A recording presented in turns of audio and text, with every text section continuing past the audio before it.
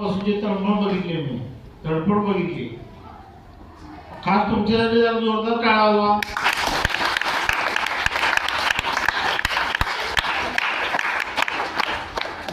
छान तयारी पात्र चांगली केली तुम्ही आणि यात प्रत्येकाचा सहभाग आहे का नाही? बसलेल्यांचा पण सहभाग आहे. हा तुमच्या सगळ्यांच्या चेहऱ्यावर दिसतो मला. असंच शाळेचा कुठलाही कार्यक्रम असेल त्या कार्यक्रमामध्ये तुम्ही सगळ्यांनी असंच भाग घ्यायचा हिरण्याने. लक्षात आलं का? एकीचे बळ हे काय असतं हे तुम्ही दाखवून दिलेलं आहे.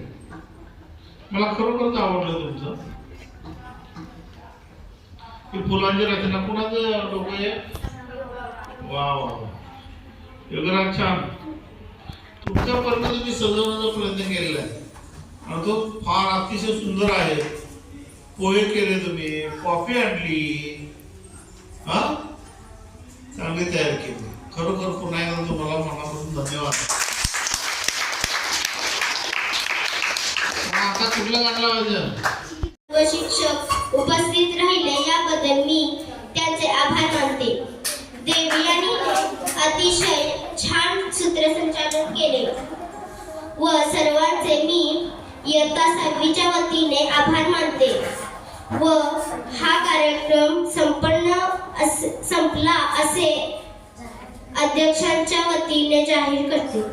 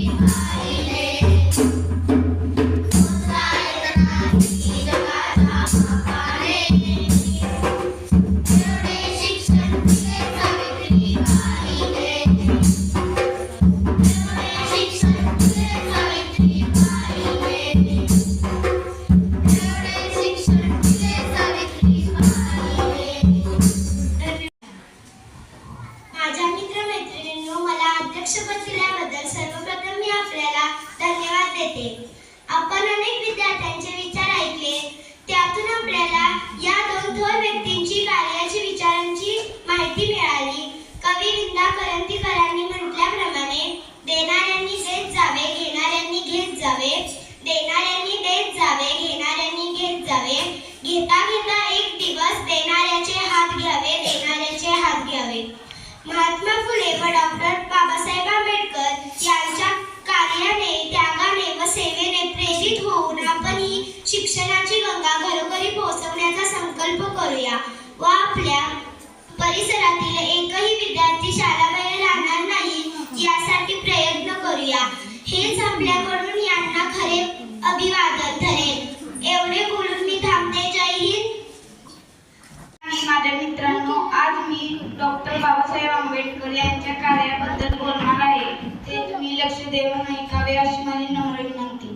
मित्रांनो, 14 एप्रिल 1891 ला महू या गावात भीमराव जन्माला आले. डॉक्टर बाबासाहेब आंबेडकर त्यांच्या आईचे नाव भीमाबाई होते. बाबासाहेब जन्म 14 तारखेला होणे व वंशामध्ये 14वे पुत्र वडिलांना होणे ही एक मोठी आश्चर्य व संयोगाची गोष्ट आहे. जेव्हा ते शाळेत जाऊ लागले तेव्हा त्या शाळेतील विद्यार्थी दूर दूर बसायचे, कारण बाबासाहेब आंबेडकर हे महार जातीचे होते. अगोदर महार या अंगाला शुद्ध समजले जात होते. मी माझे 2 शब्द पूर्ण करून इथं थांबतो. जय हिंद. जय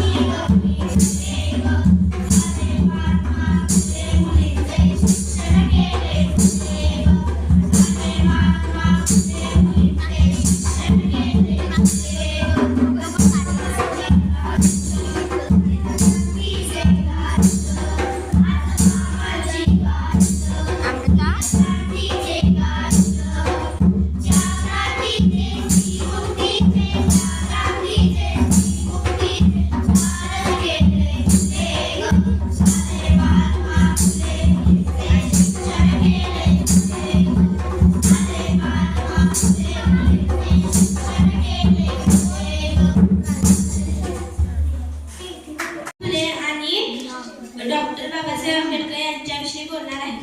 महात्मा ज्योतिबा फुले यांना आपण महात्मा म्हणतो, कारण त्यांनी समाजासाठी देशाचे प्रचंड कार्य केले. सत्यशोधक समाजाची स्थापना केली, विवाहास प्रोत्साहन दिले, अनाथालये काढली, सर्वांनी शिकावे या तळमळीने अहोरात्र झटले. डॉक्टर बाबासाहेब आंबेडकर यांनी शिक्षणाचे महत्त्व ओळखून मिलिंद व सिद्धार्थ कॉलेजची स्थापना केली, वसतिगृहे काढली, विद्यार्थ्यांच्या राहण्याची सोय केली. पुस्तकासारखा दुसरा मित्र नाही असा आपल्याला त्यांनी संदेश दिला. डॉक्टर बाबासाहेब आंबेडकर यांना भारतीय राज्यघटनेचे शिल्पकार म्हणून ओळखले जाते. या 2 व्यक्ती आपल्यासाठी दीपस्तंभ आहेत. यांना मनपूर्वक अभिवादन करून माझे 2 शब्द पूर्ण करते. जय हिंद. आणि माझ्या मित्रांनो, आज मी महात्मा फुले यांच्या कार्याबद्दल बोलणार आहे. मुलींसाठी शाळा सुरू करताना महात्मा फुले यांना अतोनात कष्ट सहन करावे लागले, पण तरी ते आपल्या विचारांपासून डगमगले नाहीत.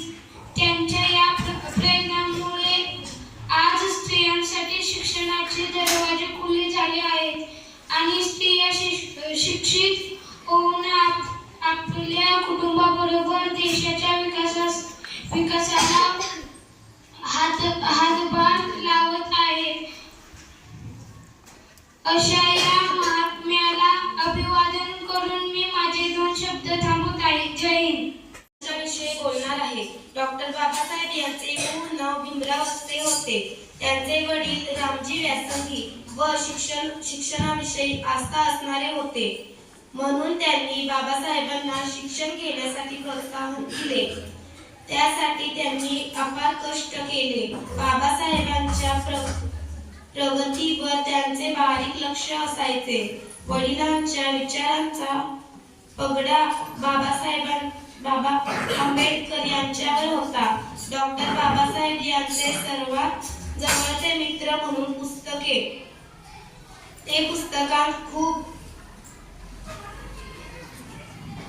ते पुस्तकात खूप रमायचे.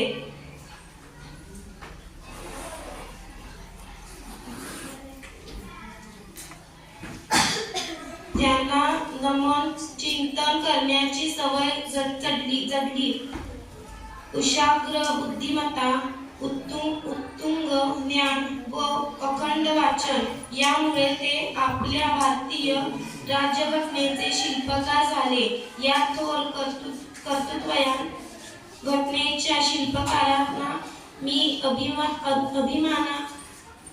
अभिवादन करून थांबते. जय हिंद.